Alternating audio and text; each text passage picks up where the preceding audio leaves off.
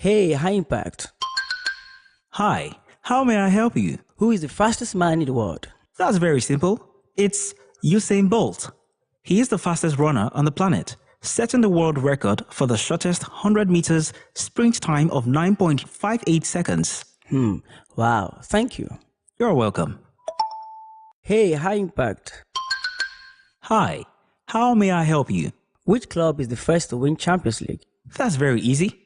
Real Madrid. The first Champions League was won by Real Madrid during the 1955 and 1956 season. Oh, thank you. You're welcome. You're listening to Sports in a Jiffy on Impact Radio 102.1 FM Lagos.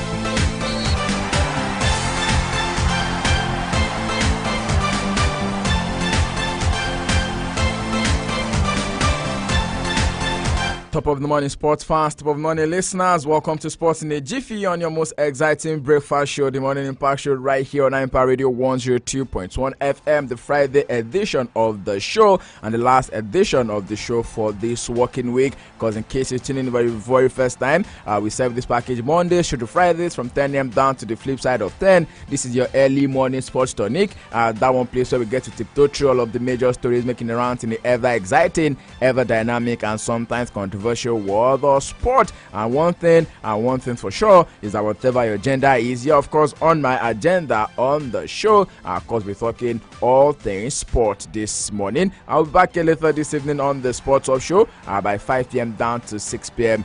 That's one place where we'll get to be doing just football. Ladies and gentlemen, the European World Cup qualifiers has also begun yesterday. We saw a couple of matches that were played, and a couple of big names were also being out in that particular game yesterday. Also talk about the National Youth Games currently underway right there in Delta State. Well, some talks already about age cheating in that particular competition that is going to be coming to an end tomorrow, Saturday. As it is right now, Team Lagos are currently leading on the medals table. I'll tell you more about it in the course of the show this morning. And still on the breakfast minute, I've got a story coming through from the world of tennis. And as it is right now, maybe or maybe not, this is going to be the right time for this man to say, look here, I want to get liberated from you. I'll be talking about no other person, Yannick Sinner, and also Novak Djokovic.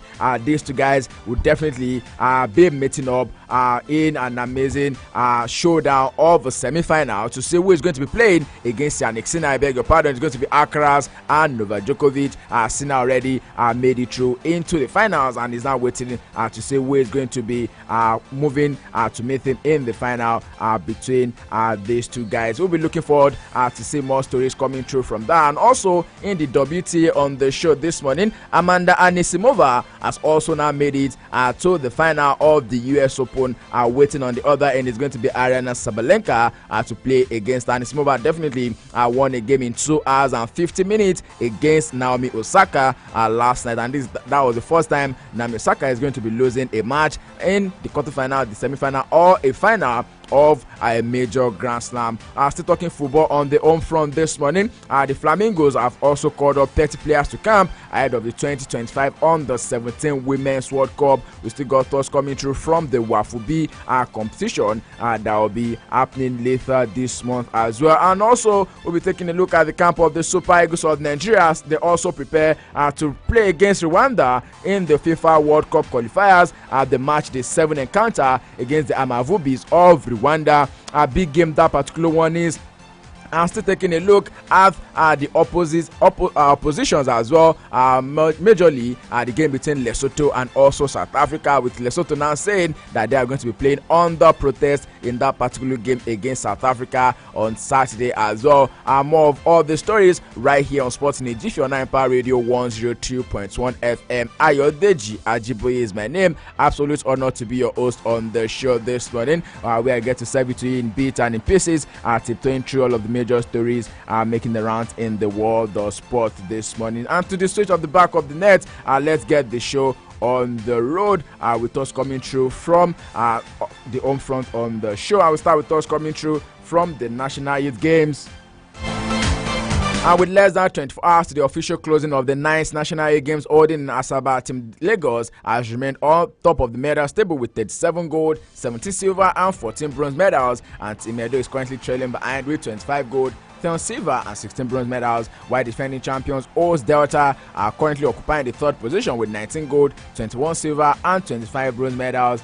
Meanwhile, 31 states have registered their presence on the medal table, winning a total of 491 medals, comprising of 154 gold, 141 silver and 196 bronze medals. The games definitely seen young athletes break and set new records, also igniting the passion of the fans. The closing ceremony scheduled for tomorrow, and all eyes are now on the home stretch to see which of the states will ultimately claim the glory at the National Youth Games. And lots of talks are already being said about the 2026 edition of the event right there, because it's been said that according to the memorandum of understanding that was signed by the National Sports Commission and the Delta State government, Delta State are supposed to host the tournament, the event for the next 4 years, which means not until 2027 before any other states can come in and say we want to host it. But right now, it's been said, and according to news on the street, Lagos State are looking to get to bid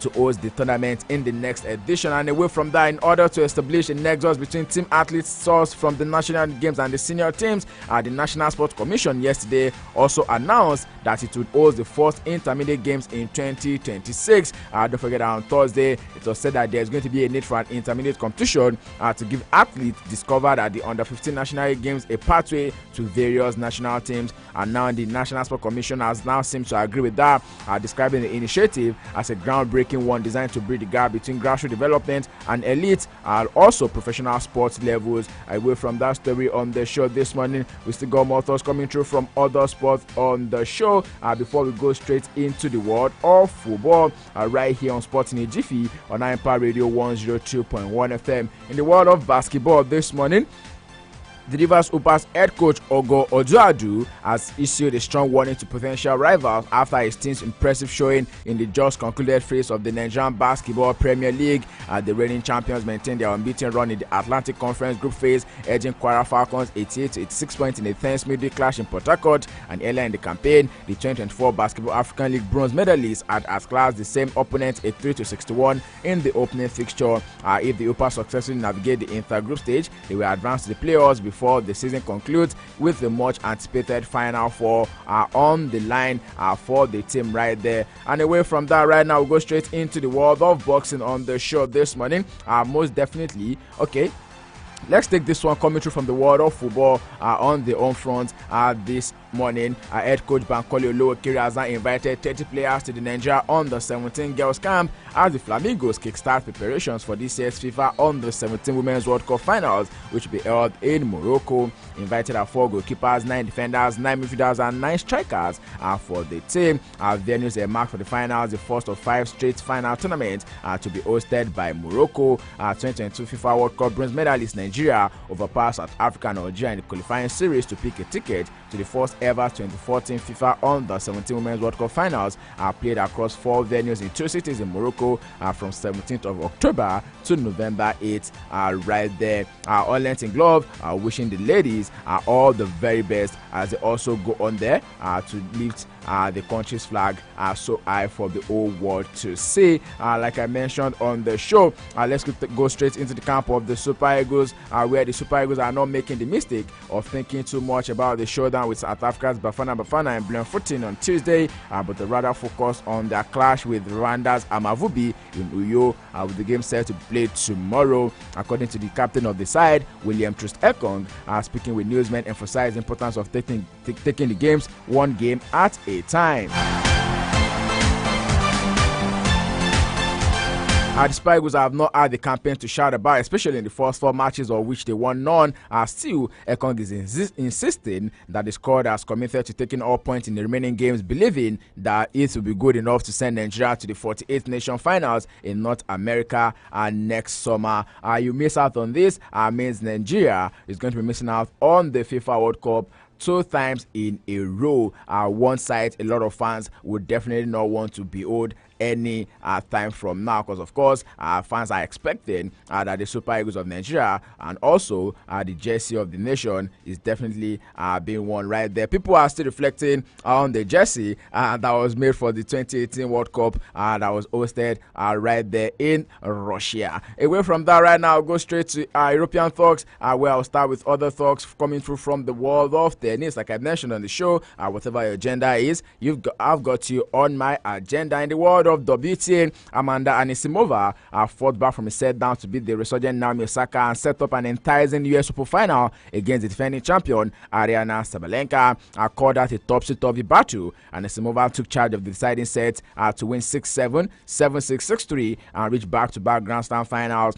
The American 8 seed fell to a humbling 6-0, 6-0 defeat by Iga Swiatek in her first major final at Wimbledon last July. 54 days after that, she has now ensured another shot at the Grand Slam's glory after following up a semi-final revenge victory over Swiatek with a gritty win against 2-time US Open winner Osaka. AC Anisimova fell to her knees in celebration after a 3-hour tussle that ended just before 1 a.m. local time. That means they played the game until early this morning.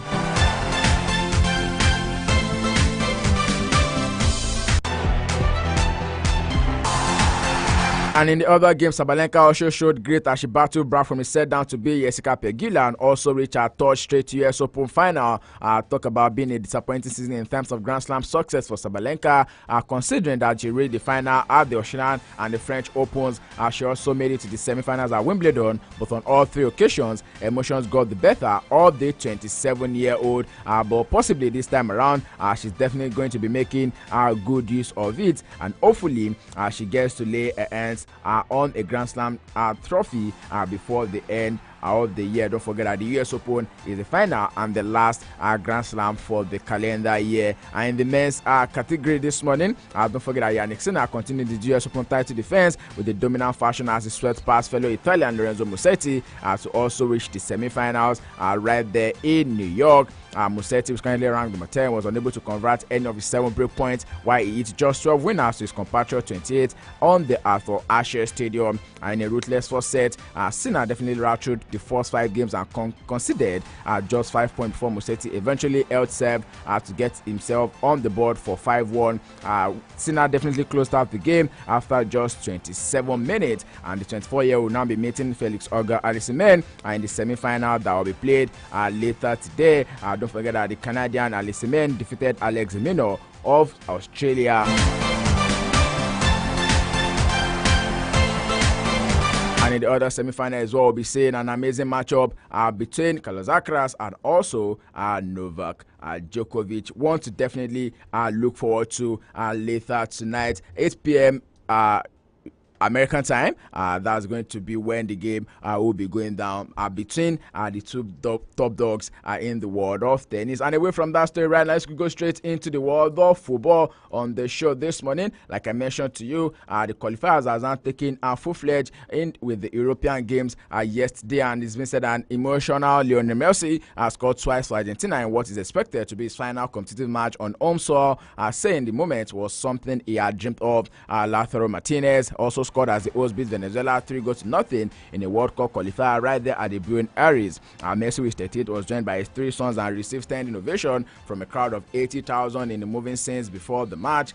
With the 8-time Ballon d'Or winner, captained Argentina to their 3rd World Cup triumph in 2022 and has scored a record 114 goals in 194 games for his country.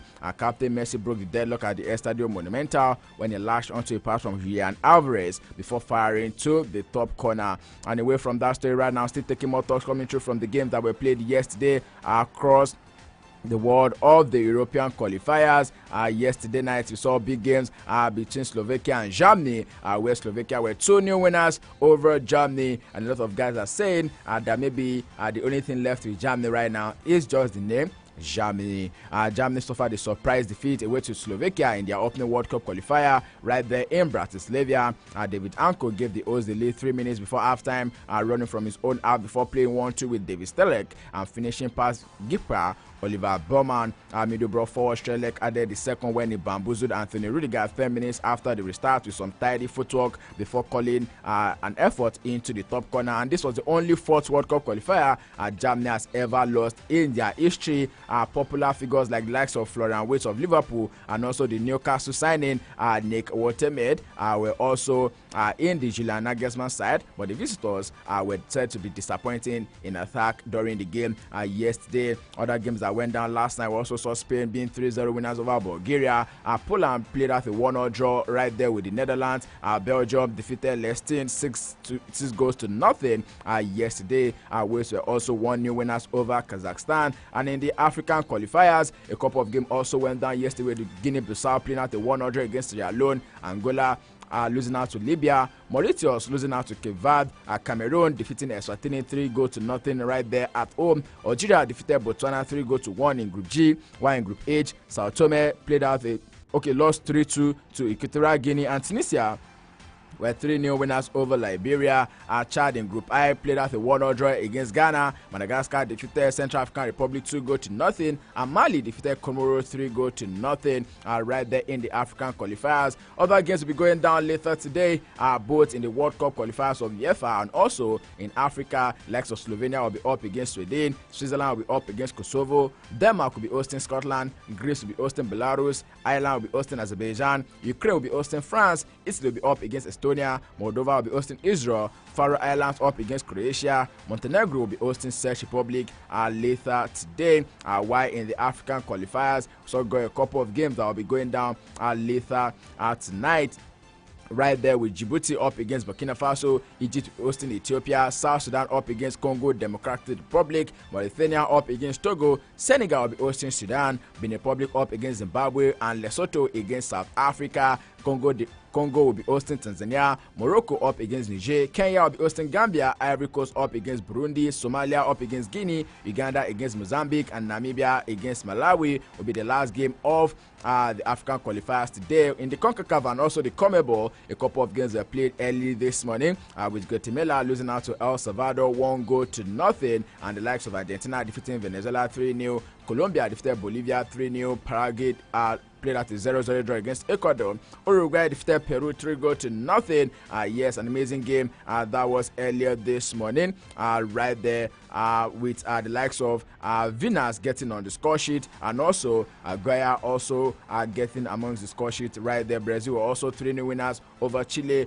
Lucas Paqueta, Bruno Guimaraes, and also Chelsea's new poster signing Estavo also getting on the score sheet in that particular game earlier this morning. Sports in a Jiffy it is, and I'll be serving it in a Jiffy. Yes, I call it a wrap on the package for today and also for this week. Don't forget that the package will come back to your airing from Monday through to Fridays, 10 a.m. down to the flip side of 10. I'll be back here later this evening, 5 p.m. down to 6 p.m. on the Sports Hub Show, where I'll be doing 1 hour of banter, 1 hour of reach, 1 hour of views, reviews, and all of the interviews, looking to take insight into all of the amazing games that will be going down later today and also tomorrow across all our sport on the show. Ayodeji Ajiboye signing out this morning. Stay sporty, stay active, drink enough water to stay hydrated. Go out there, be the best version of yourself, and do not forget to be kind, because kindness is cool. I'll see you when I see you once again. Do have for yourself a lovely weekend. Don't forget to be kind, because kindness is cool. I repeat that once again. Good morning.